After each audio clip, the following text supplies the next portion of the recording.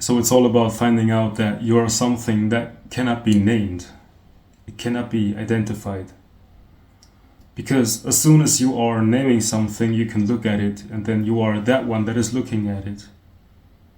And when you are trying to find the one that's looking and you find it, and you can name it, then you can look at it, and you are the one that's looking at it. So whoever you are, you cannot be named, you cannot be found. So right now when you're watching this video, it feels like you're someone that is looking out of your eyes, or out of those eyes that you have. But when you are tracking that feeling, that feels like it's looking, then you are the one that's looking at that feeling, and then you're no longer the looker of the video. You're the one that's looking at the one that's looking at the video, and you can never find that one. So you cannot even say that you're a consciousness really, or you cannot even say that you're a spirit, because you don't know. Nobody knows. It doesn't have a name. So you are already not identified.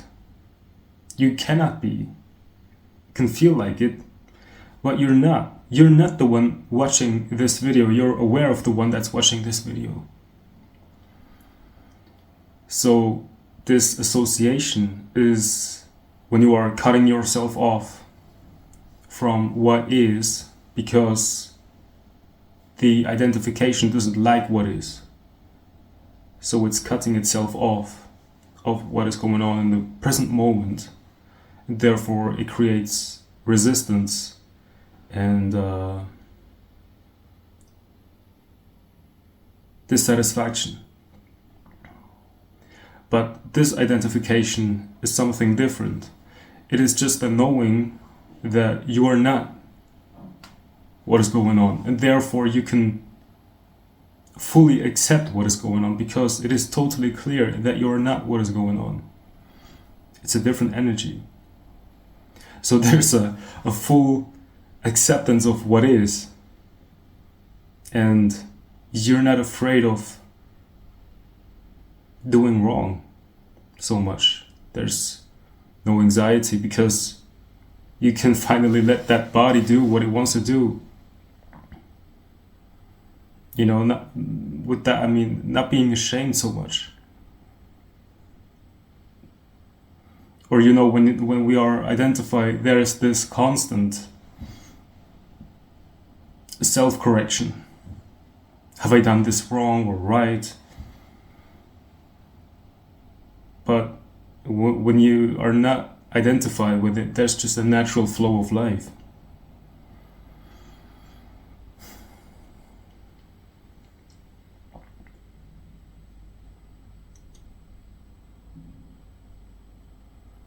So you cannot find what you are actually. It sort of becomes self-aware when the mind ceases to be. You know, some people say look for consciousness, but look for something that has no name. Look for something that's fresh, that has no name.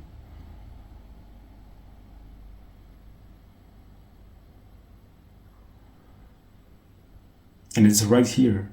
It's available right now. It's you. So when you're looking for something that has no name, and your mind goes blank, in that very moment where there's just no seeking, no thinking, no knowing, no, it's just unexplainable, but very simple, and that's it. That's it. It is boring. It is it can feel boring, but that's who you are. That's the self-awareness. This pure absence of knowing, of identification. And yet, when you are in this state, you cannot know anything, you cannot name it.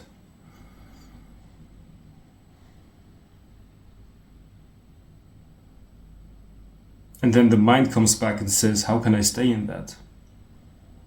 But you cannot stay in that, because you cannot fall out of it. You are that. The mind comes into it, it appears in it, and it consists of it. But what you're looking for is that.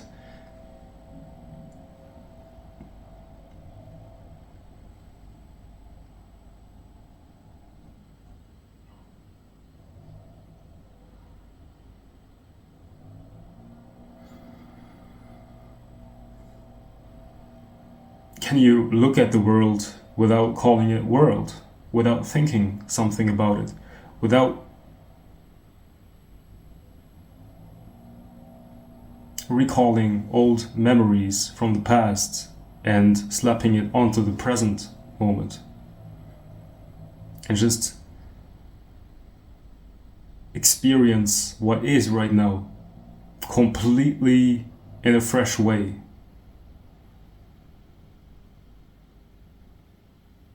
And experience the pure aliveness that is always here when you are experiencing the fullness of the moment, and you know that that's the only aliveness you will ever experience, and you are inseparable from that moment. So you are that moment, you are inseparable from that moment. So that's one big being. It feels like it's one big being expressing as the whole moment, and it's talking from all sides, and you are a part of that. And you are actually that being. You're not just that body inside of that being. You are inseparable from it. You, body, are inseparable from that. You are as the body. You are inseparable from that moment, which is the being I'm talking about. Which has no limit. And the awareness that is aware of it is its source. And it's also inseparable from the phenomenal world.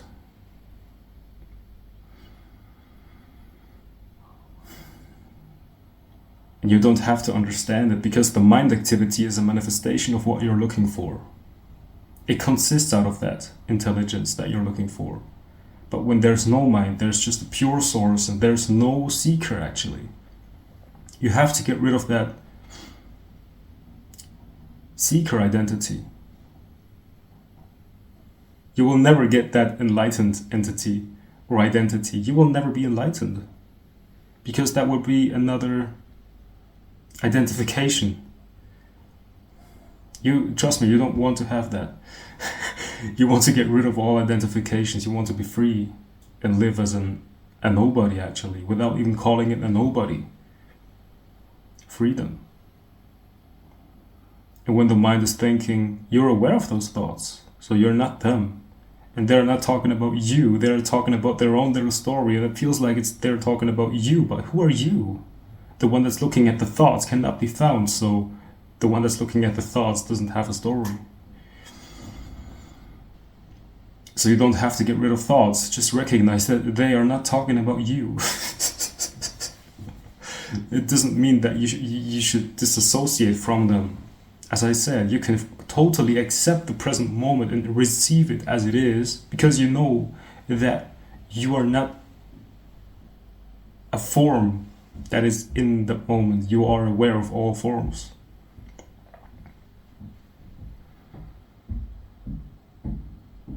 There might be a thought that says, I cannot believe that. That's obviously I am inside of that head and I'm looking outside. But that's a thought, that's another form, and it's obvious that you feel identified when you think that you are that thought that's claiming this to be the truth.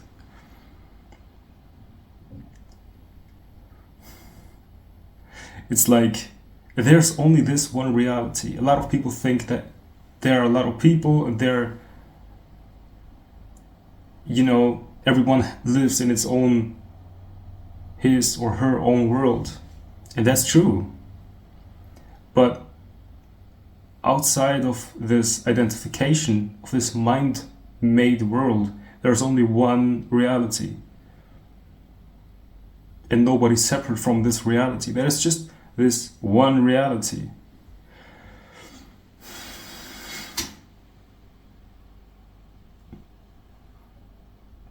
Making up your own personal world creates the illusion that there are different realities that are exchanging or communicating with each other. But there's only one reality that's communicating with itself. So you are not listening to someone that is different from you. You are reality that's listening to reality, or being that's communicating with itself.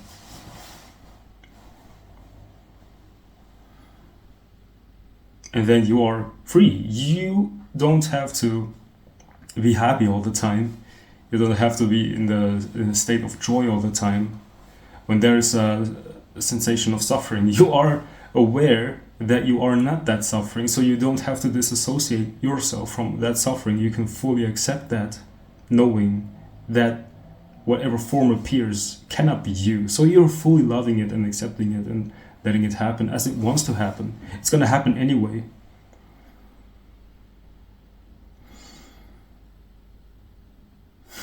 Some people say, from now on, I'm going to accept the moment. But you actually don't have a say-so. The moment is going to be the moment anyway. And the one that says I'm going to accept the moment is a part of the moment, and you are watching that. You are always that. That is the thing that is behind that, watching it. So I'm not the person talking. There's a person talking, and the one that's aware of it cannot be found.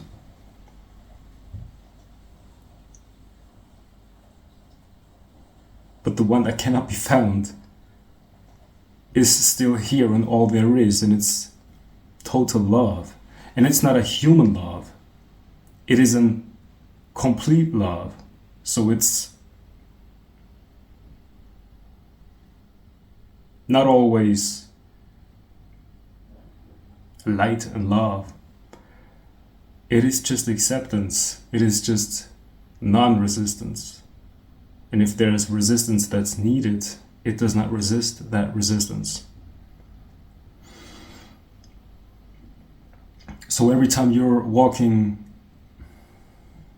you're going through your day, and you feel like, I've lost it.